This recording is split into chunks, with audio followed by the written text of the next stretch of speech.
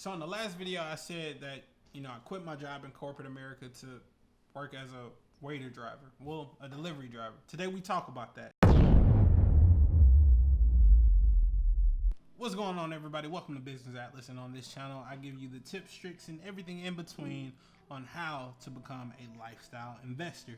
And on this channel, you follow me on my journey as I become a lifestyle investor. My name is Atlas, and if you're new to the channel, consider liking and subscribing. You know the whole shebang. Today, like I said earlier, we're talking about why I quit my corporate job to become a delivery driver. And not just that, I was making $1,000 a week as a delivery driver. Now, I know a lot of people are like, that is impossible. You must be, or if you were making $1,000 a week, you got to be delivering, drugs, cocaine, all this other stuff. Or, you're in a big city. None of the above. I'm in a city, but it's like one of those smaller, not necessarily like metropolitan cities. It's a town / city. It's real rural. It's not like other places. Beaumont is outside of Houston. It's nothing too major or extravagant. Now, when I quit my job, I was making roughly with commission about $40,000 to $50,000 a year. Quit it to become a delivery driver. Now, as a delivery driver, I was making about $1,000 a week. So if you do the math, that's $52,000 a year. Now, believe it or not, since a lot of that money it's post-tax, so I would have to pay the tax after I worked the full year. It wasn't coming out of a check. I was getting a lot more of that money. Now, you might be asking, how were you making $1,000 a week as a delivery driver? Well, in today's economy, market, job market, whatever you want to call it, there's a thing such as a side hustle or app grind. What an app grind is, you're working off of an app. Basically, it's essentially working for a company that contracts you through an app. So I was working for both GrubHub and Favor at the same exact time. Now, what I mean is, GrubHub was open from 11 to 11, and Favor was open up from 10 to 10 or 10 to 11, something like that. And basically what I would do Monday through Friday, I would schedule myself on the schedule 12 hours a day or 10 hours a day. With GrubHub, I was making, when you're on the schedule, you make about $10 an hour. On the schedule, when you're on the schedule with Favor, you make about $9 an hour. Not when you're doing an on-call shift, you're doing when you're actually on the schedule. Now, granted, this all could have changed recently, but when I was doing it, that's how it worked. So I was on the schedule for both of these at the same time. Now, granted, I don't know if it's necessarily, legal to work for two companies, competing companies at the same time, but I was doing it. Nobody really knew. Granted, I'm not doing it anymore, so you can't sue me. But but I was working for them both at the same time. Now, the best part about it, both of them paid weekly. With Favor, you got paid every 2 days. With GrubHub, you got paid every Thursday. So it was as if money was literally coming in my bank account every day. It was lovely. So how I would do it, I would be on the schedule from 10 a.m. to 11 p.m. And I would work both of them simultaneously. I'd go on both apps. I'd clock in on both apps. And then at that point, I'd wait for orders. Now you say, well, that's impossible. How can that work? How can you work for two companies at once? That's the same thing that literally everyone at Sprint said before I quit, when I decided what I was going to do once I quit. They said it was impossible. Yet I did it for roughly 4 months. Like, I loved it. It was amazing. Most money I ever seen coming in, like, from a job. It was lovely. So what I would do is I'd get an order. Say I get an order on Favor, and the order was to pick up from a grocery store. I'd go pick it up. Usually, how GrubHub was in our market, it was very slow. You'd get orders around lunchtime and around dinner, and then it'd have like pitter-pats throughout the day, and it was the same with Favor. So essentially what was happening was I would rarely have orders at the same time on both apps.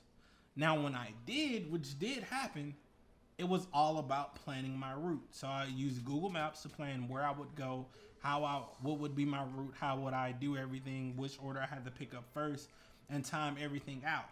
And essentially what I would do, I'd plan my route. So I'd go pick up here, grocery store, and then on the way leaving the grocery store, I know I can pick up from Taco Bell. So I'd pick up from Taco Bell. Then I go drop off my first order, continue on, then drop off my second order. Now, along with doing it this way, the apps had these funny little quirks you can do. So say, for example, I could arrive at the store. Once I'm at the store, I would text the store, hey, I'm here, bring out the groceries. Once they bring out the groceries, if I had an order for GrubHub per se, I'd go ahead to the second restaurant. Once I reached the second restaurant with GrubHub, for favor, I would say that I arrived at the initial location, which I've already left. Yeah. So that would give me enough time to pick up the order from the restaurant I'm at for GrubHub, while giving me a little 15-20 minute window with favor before I had to say, hey, I'm on my way. I get that text, hey, is everything all right? What's going on? And I let them know, hey, I'm having car trouble or whatever. And that's what I would do. Now, on average, I was making about $1,000 a week. Because I'm making roughly $19 an hour. I'm working about 50 hours a week. So I'm making, 900 up to, not 900, but you get the point. I'm making close to $1,000 a week. Now, this is where things get really, really, really interesting.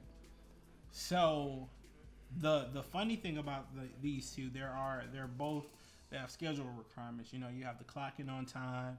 You have to accept a certain number of orders, different things like that. And with me doing that, I kept my rate up for a while. And everything was perfect for a while. And for about 3-4 months, everything was solid.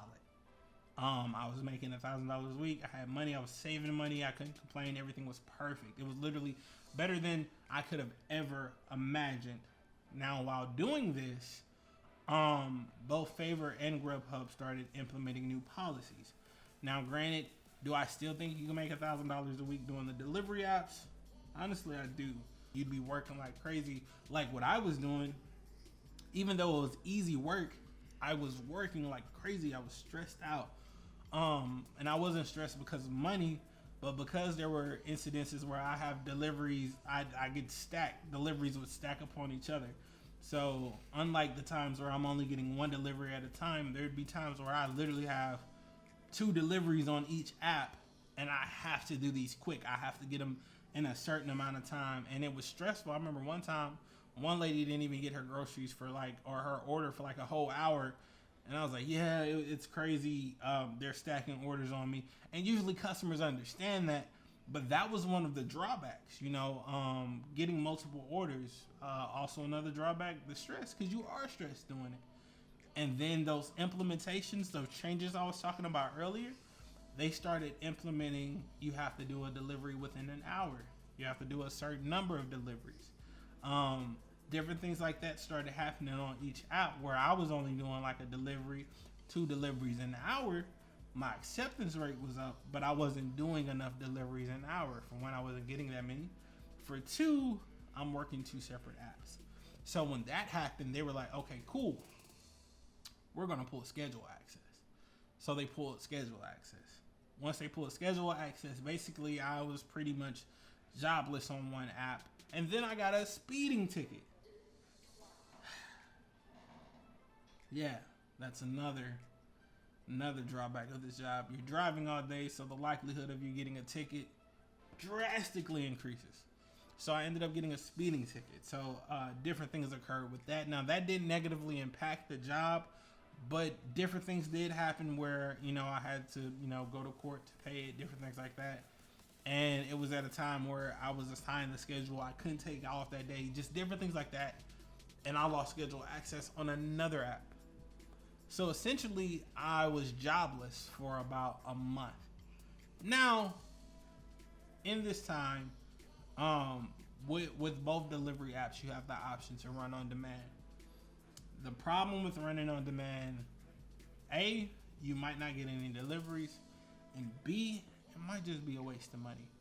So if you do get deliveries, say you get 5 deliveries throughout the entire day, and they're all over the city, you've probably made it's a $2 delivery fee with $2 minimum tip. So let's say you end up making $20 a day. That's barely gas money. I drive a V6 Impala, so that thing is gonna chew through that like nothing. So whether it was good that I in fact was making $1,000 a week as a delivery driver, as dropping off food, and it was a really easy gig.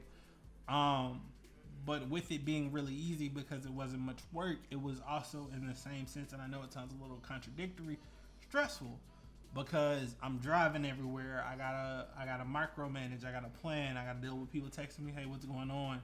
Customers calling customer service, and customer service calling me, hey, what's going on? And you find yourself in this enveloped bubble. Now, a lot of people might be like, well, man, what about those people food? Their food is gonna get cold, blah, blah, blah. We got heating bags. They had heating bags, so the food was always hot. I got it to them. Always, except for like this one guy who was at a hotel. I bought him Taco Bell, and his tacos was soggy. But we're not here. We're not talking about that. That was one time. But that's how I was making $1,000 a week as a delivery driver. I worked for 2 apps at once. Now I've seen this implemented various ways and various times. I've seen a lady work for Favor and Waiter at the same time. I've seen a lady work for DoorDash and Uber Eats. I've seen someone work for Uber Eats and Uber. At this point in time, it is so easy to find a job. Even if you don't want to be somewhere, you can find a job and make money.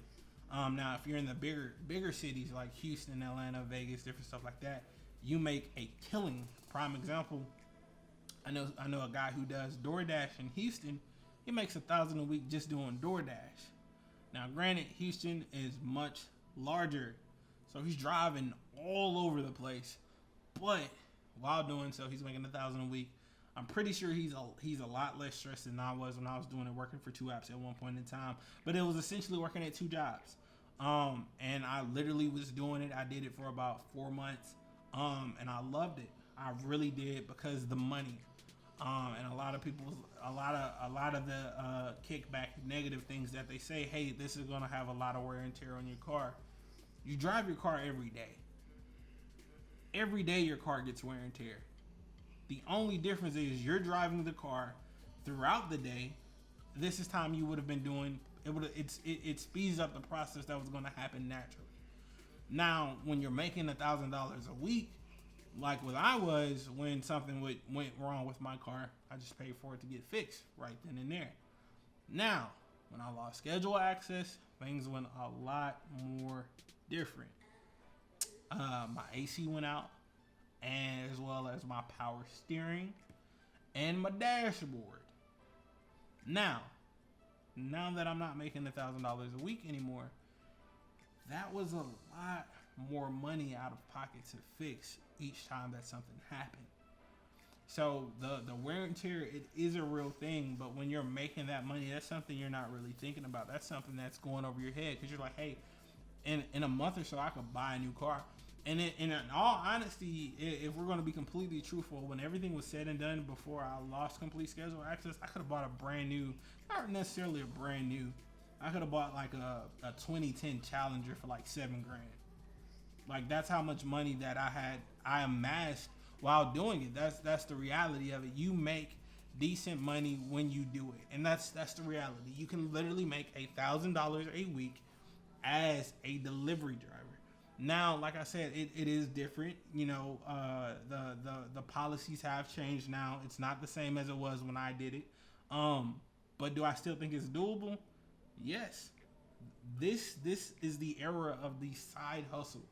You don't have to work a job you hate. You don't have to be stuck in one place at one point in time. You can literally go out, work on one of these apps, make decent money till you figure out what you want to do. Do I suggest it? No. That's what I did, though. I'm Atlas. Thank you for watching. Catch you later. Remember, like, comment, and subscribe. Talk to me about if you ever use some of these delivery apps or anything like that. Let me know about your experience, or if you ever wanted to try it.